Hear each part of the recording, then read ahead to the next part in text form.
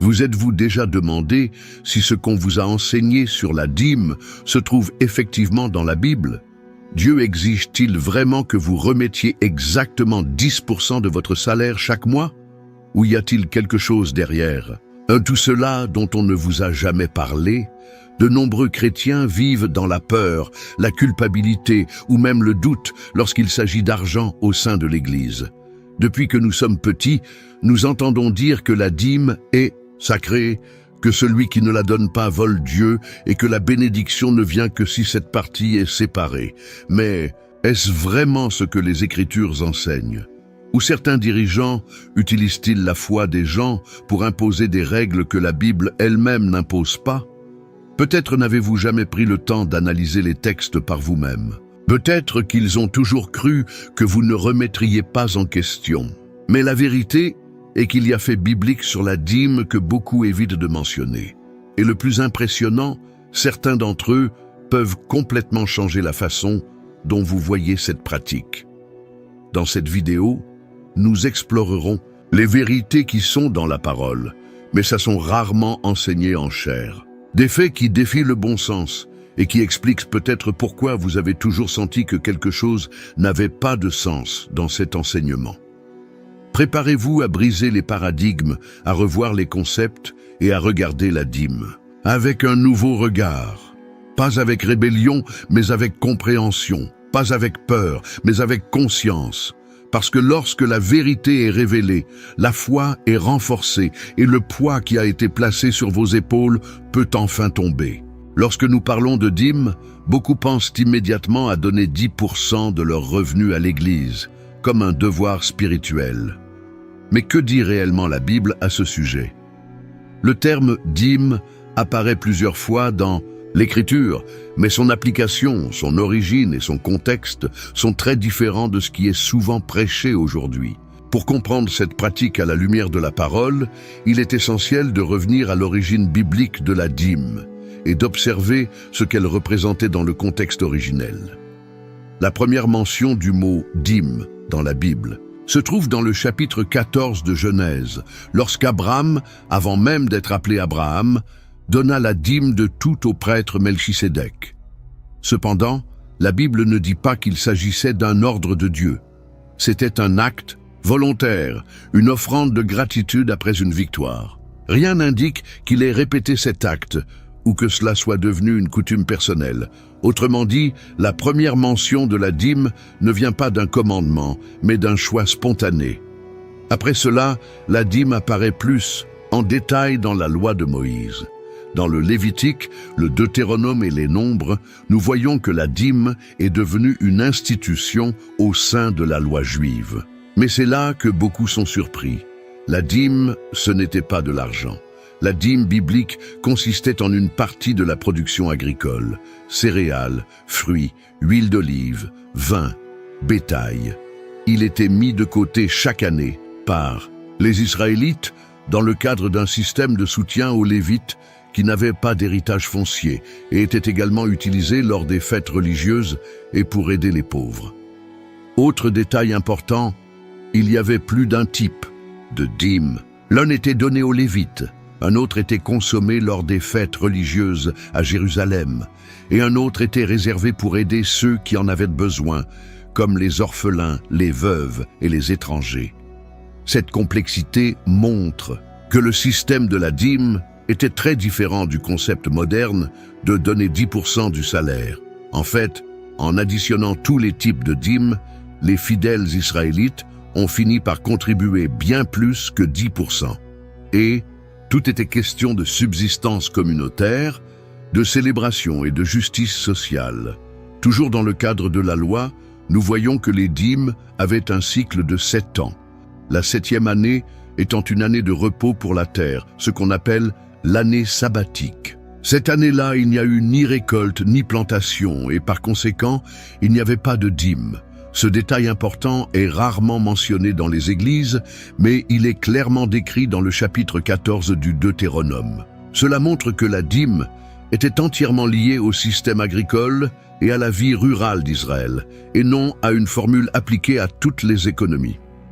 Il faut aussi souligner que la dîme était une loi donnée exclusivement en Israël, dans le cadre de l'alliance de Dieu avec ce peuple, comme décrit dans Deutéronome et Nombre. Il n'y a pas d'ordre clair selon lequel cette loi devrait être étendue à d'autres nations ou aux gentils. Ceci est crucial, car de nombreux chrétiens modernes se retrouvent contraints de se conformer à des règles liées au temple, aux Lévites et à la vie religieuse dans l'Ancien Testament, des structures qui n'existent plus aujourd'hui. Un autre texte souvent utilisé pour défendre la dîme est le chapitre 3 de Malachie, où Dieu dit « Un homme volera-t-il ? Dieu, et pourtant vous me volez, en dîme et en offrande. » Cet extrait est souvent utilisé isolément pour imposer peur et obligation. Mais lorsque vous lisez tout le livre de Malachie, vous réalisez que le public cible de cette réprimande était les prêtres de l'époque qui négligeaient le culte et corrompaient les offrandes. L'accusation était dirigée contre les dirigeants d'Israël qui s'étaient écartés de la justice et du souci de ceux qui étaient dans le besoin. Utiliser ce texte en dehors de son contexte historique et religieux constitue une grave distorsion. Avec la venue de Jésus et le début de la Nouvelle Alliance, de nombreux commandements cérémoniaux et civils de la loi mosaïque n'ont plus de validité directe. L'apôtre Paul, lui-même, dans ses lettres, n'a jamais ordonné que la dîme soit une pratique obligatoire pour les chrétiens païens. Il a parlé de contributions volontaires, généreuses et faites avec joie, mais jamais sous forme de pourcentage fixe obligatoire. Ceci est important car cela montre une transition entre le système de loi et celui de la grâce, où le cœur est plus important que le calcul exact. En bref, ce que dit réellement la Bible à propos de la dîme est beaucoup plus complexe et différent de ce que de nombreuses églises enseignent aujourd'hui. La dîme n'était pas une charge monétaire ni un commandement universel pour tous les temps. Elle faisait partie d'une loi destinée à un peuple spécifique, avec des règles spécifiques, dans un contexte agricole, social et religieux qui ne s'applique pas directement à notre époque. Comprendre cela est essentiel pour pratiquer la foi avec conscience et liberté, et non sous l'imposition et la culpabilité. Lorsque nous parlons de Jésus et de la dîme, une question inévitable se pose.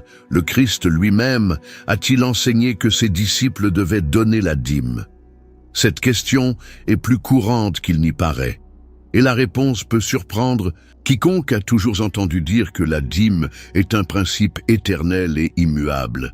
La vérité est que, lorsque nous analysons attentivement les évangiles, nous réalisons que Jésus a parlé très rarement de la dîme. Et lorsqu'il l'a fait, ce n'était pas de la manière dont nous entendons habituellement aujourd'hui. L'un des passages les plus cités est Matthieu chapitre 23, verset 23, où Jésus dit « Malheur à vous, scribes et pharisiens hypocrites, car vous donnez la dîme de la menthe, de l'ânette et du cumin, et vous méprisez les choses les plus importantes de la loi, le jugement, la miséricorde et la foi. Mais vous devez faire ces choses sans les omettre. À première vue, il semble qu'il approuve la dîme. Mais quand nous lisons attentivement, nous voyons que Jésus était réprimandé les pharisiens, n'encourageant pas les gens à donner la dîme. Il a critiqué l'hypocrisie de ceux qui étaient méticuleux dans les détails juridiques, mais négligeaient les valeurs spirituelles plus profondes. De plus, il est important de se rappeler que Jésus a vécu sous la loi de Moïse. Il était juif et tout le contexte de sa vie se déroulait avant sa mort et sa résurrection, qui marque la transition vers la nouvelle alliance. Par conséquent, toute pratique juive mentionnée faisait partie du système juridique encore en vigueur pour les Juifs à l'époque. Mais ceci ne signifie pas qu'il a imposé la dîme comme règle aux chrétiens, encore moins pour les gentils. Avec curiosité, Jésus n'a jamais enseigné à ses disciples la dîme. À aucun moment dans ses longs sermons ou paraboles, il n'a exigé ou même suggéré que ses disciples lui remettent 10% de leurs biens.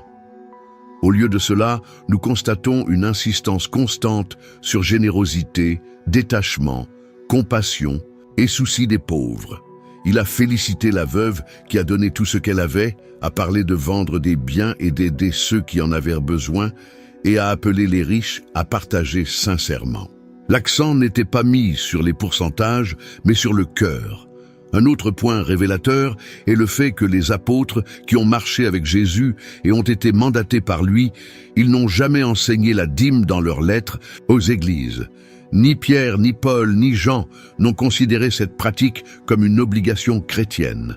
Paul, par exemple, lorsqu'il écrit sur les contributions, comme dans le chapitre 9 de 2 Corinthiens, il parle de des offrandes volontaires, avec joie et selon le dessein de chaque cœur.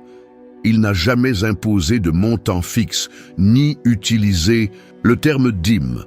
Ce silence sur la dîme dans les enseignements directs de Jésus et dans les écrits apostoliques est tout à fait significatif. Si cela était une pratique essentielle et obligatoire pour les chrétiens, elle serait certainement répétée, enseignée et renforcée dans les lettres du Nouveau Testament, comme dans d'autres principes de la foi chrétienne. Le fait que cela ne soit même pas mentionné comme un devoir chrétien indique quelque chose. La dîme, telle qu'elle était pratiquée dans l'Ancien Testament, n'était pas une exigence de Jésus pour ses disciples. En résumé, la réponse à la question « Jésus a-t-il demandé la dîme ?» Et non, il n'a pas demandé. Il a mentionné la dîme dans le cadre de sa critique du système religieux juif et de l'hypocrisie des chefs religieux de l'époque. Son enseignement était bien plus profond. Je ne me suis pas concentré sur les chiffres, mais sur les attitudes du cœur. Jésus ne s'intéressait pas aux règles extérieures, mais aux transformations intérieures. Et ça change tout. De nos jours, quand quelqu'un parle de dîme, l'image qui vient à l'esprit de la plupart des gens est celle d'une enveloppe contenant de l'argent ou d'un virement bancaire sur le compte de l'Église. Mais la dîme avait-elle la même forme dans la Bible ? La réponse peut surprendre. La dîme, dans les Écritures, n'a jamais été à l'origine une somme d'argent. Au contraire, il était profondément lié à la production agricole, à la terre et aux moyens de subsistance du peuple d'Israël. D'après l'Ancien Testament, il est clair que la dîme était quelque chose récolté et compté à partir de ce que la terre produisait. Dans Lévitique chapitre 27, verset 30, nous lisons « Et toutes les dîmes du pays, tant du grain des champs que des fruits des arbres, appartiennent à l'Éternel. » Ici, le texte est assez précis. La dîme provenait d'une nourriture, fruits et bétail, et non des pièces de monnaie ou des valeurs monétaires. À cette époque, la société israélienne était rurale, basée sur l'agriculture et l'élevage. La dîme faisait donc partie d'un système de soutien et de redistribution des biens produits par la terre. Dans le chapitre 14 du Deutéronome, nous trouvons plus de détails. Le peuple avait pour instruction de séparer la dîme de tout ce que les champs produisaient chaque année et de l'apporter à un endroit spécifique choisi par Dieu, généralement Jérusalem. Là, ils devraient manger une partie de cette dîme en guise de célébration devant le Seigneur. Si l'emplacement était trop éloigné, l'orientation était vendez les produits, convertissez-les en espèces et, une fois arrivés à destination, achetez à nouveau de la nourriture pour célébrer en famille. Cela montre que l'argent n'apparaît que comme un moyen de transport et non comme le contenu originel de la dîme. Un autre point important se trouve dans Nombre, chapitre 18, où Dieu ordonne que la dîme soit donnée aux Lévites, parce qu'ils n'avaient pas d'héritage foncier parmi les tribus d'Israël. Les Lévites, à leur tour, devaient prendre une dîme de la dîme et la donner aux prêtres. Cela révèle que la dîme faisait partie d'un mécanisme social et religieux, conçu pour soutenir ceux qui ont servi dans le temple et assurer le fonctionnement du culte et la justice sociale. Cependant, à aucun moment le texte biblique ne déclare que les gens donnaient la dîme en espèces.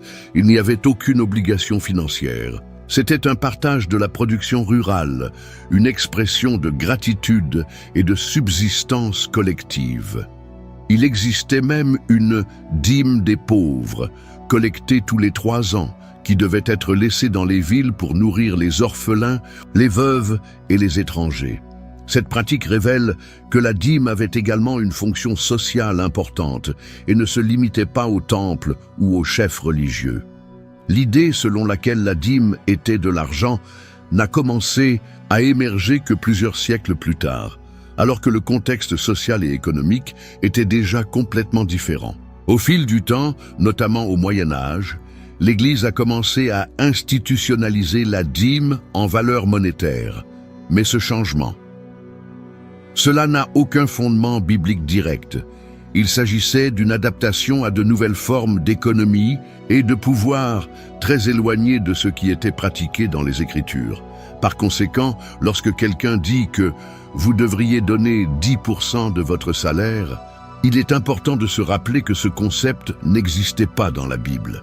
La dîme, en tant que commandement de la loi, était agricole, communautaire et avec des fonctions bien définies.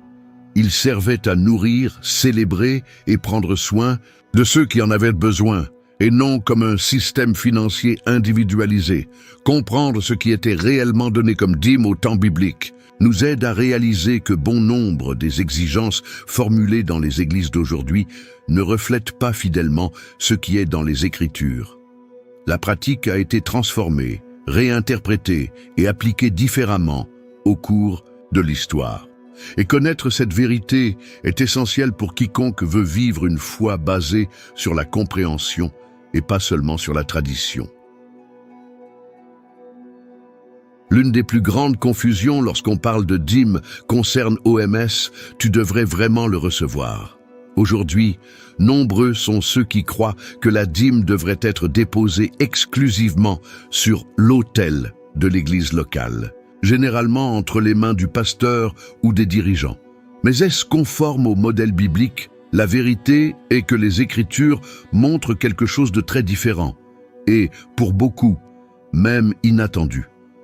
Dans l'Ancien Testament, Dieu a établi la dîme comme faisant partie de la loi donnée à Moïse pour la nation d'Israël. Ce système religieux impliquait des prêtres et des lévites, mais tout le monde ne recevait pas la dîme de la même manière.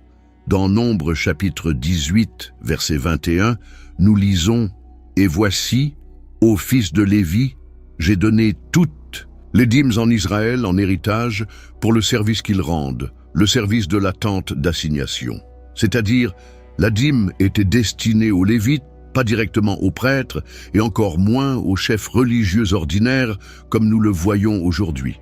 Les Lévites étaient responsables de plusieurs fonctions dans le temple. Ils chantaient, prenaient soin de la structure, servaient lors des rituels et aidaient les prêtres. Ils n'avaient pas d'héritage foncier comme les autres tribus. Ils vivaient donc exclusivement de la subsistance provenant du peuple. Et pourtant, les Lévites, ils n'ont pas tout gardé. Ils devaient eux-mêmes prendre une dîme de la dîme et la remettre aux prêtres, comme détaillé dans Nombre, chapitre 18, verset 26. Cela a créé un cycle de provision et de responsabilité parmi ceux qui servaient dans le temple. Un autre point rarement enseigné dans les églises d'aujourd'hui est que la dîme avait également une fonction sociale et communautaire. Dans Deutéronome chapitre 14, versets 28 et 29, nous voyons l'instruction selon laquelle, tous les 3 ans, le peuple doit apporter la dîme et stocker-les dans les villes.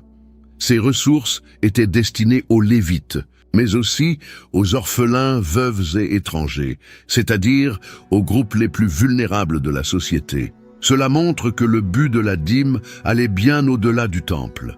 Elle promouvait la justice, l'inclusion et la compassion.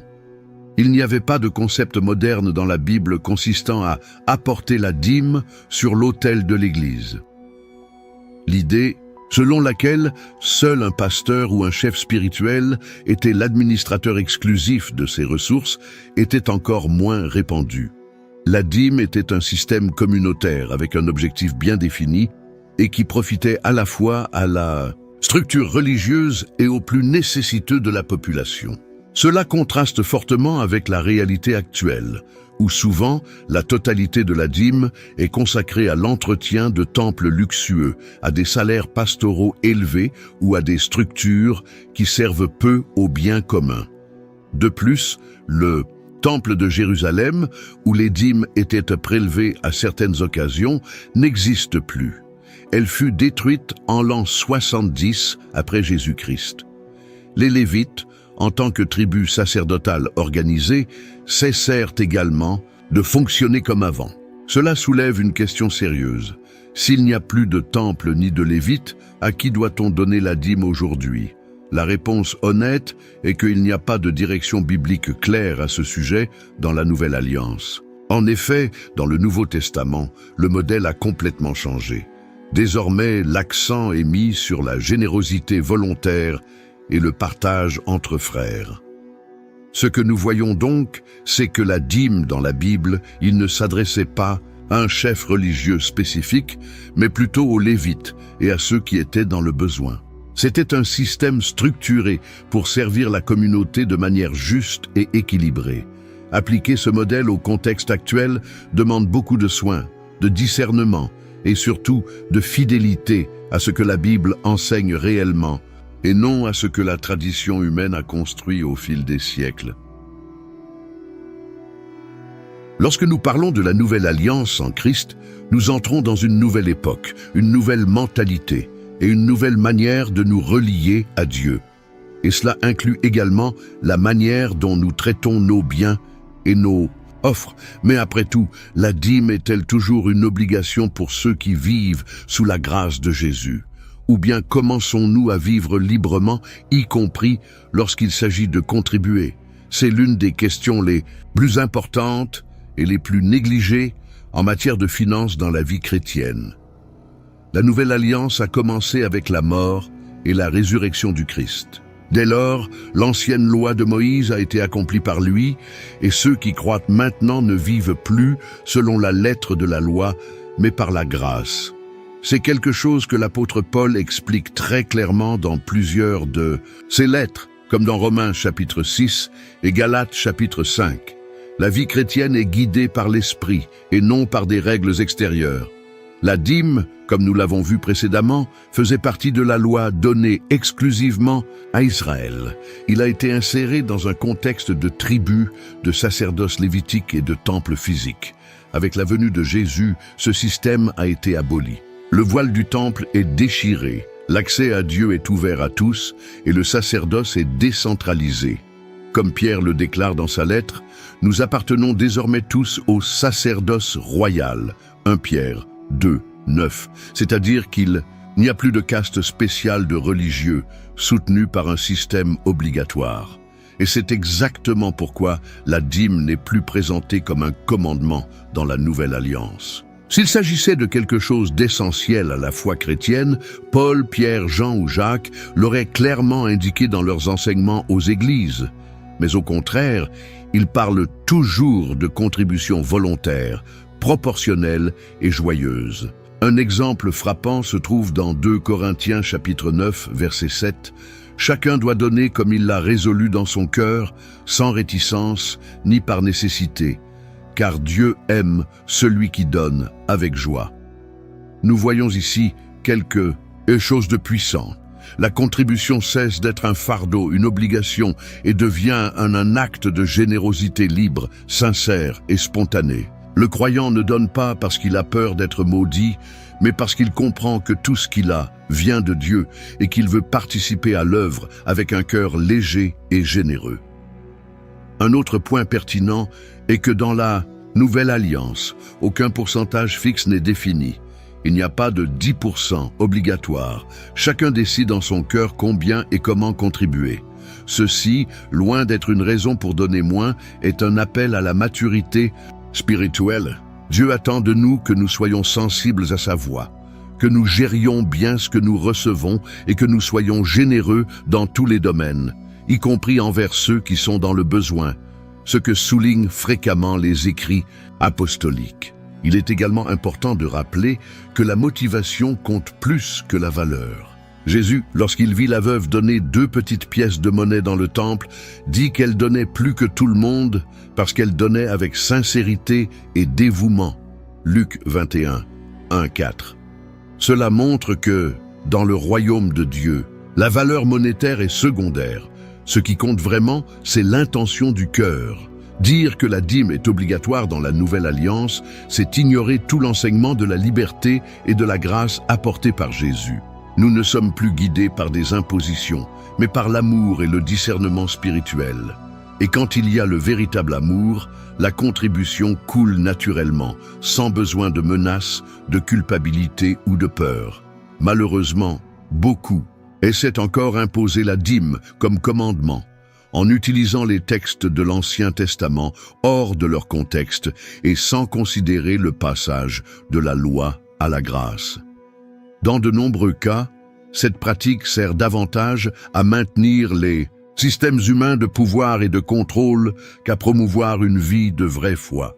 C'est pourquoi nous devons regarder la parole avec sincérité et courage, en laissant de côté les traditions qui n'ont aucun fondement dans la vie et les enseignements du Christ. En résumé, la dîme dans la Nouvelle Alliance n'est pas une obligation, mais une liberté. La liberté de donner, de participer, de contribuer avec amour et non par imposition. C'est une invitation à une nouvelle façon de vivre la foi, où chaque acte, y compris l'action financière, naît d'une conviction intérieure et non d'une pression extérieure. Cela ne signifie pas donner moins, mais donner avec vérité, et cela change tout.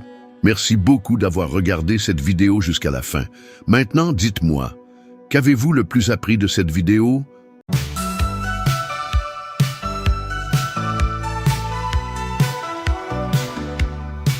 Les justes en attente, cela qu'il y a dans la vie. L'espoir est leur manteau, y avait les conduits. Dans les déserts arides, les cœurs braves et purs. Quand un champ solide, y avait le rang sûr.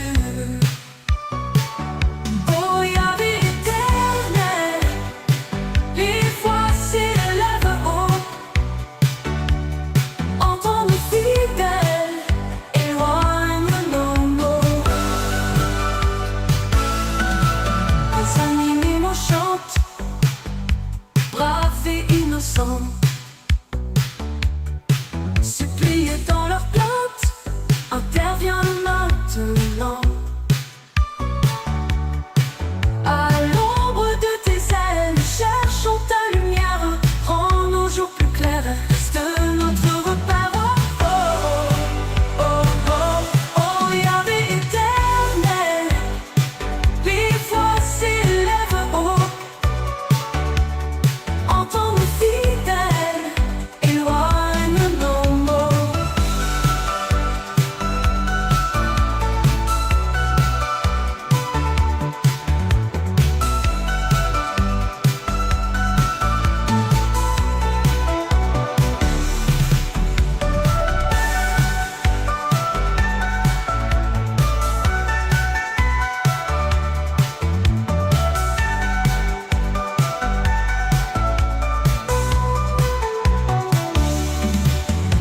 À l'ombre de tes ailes, nous cherchons ta lumière, rends nos jours plus clairs, reste notre repère. Oh, oh, oh, Yahvé éternel.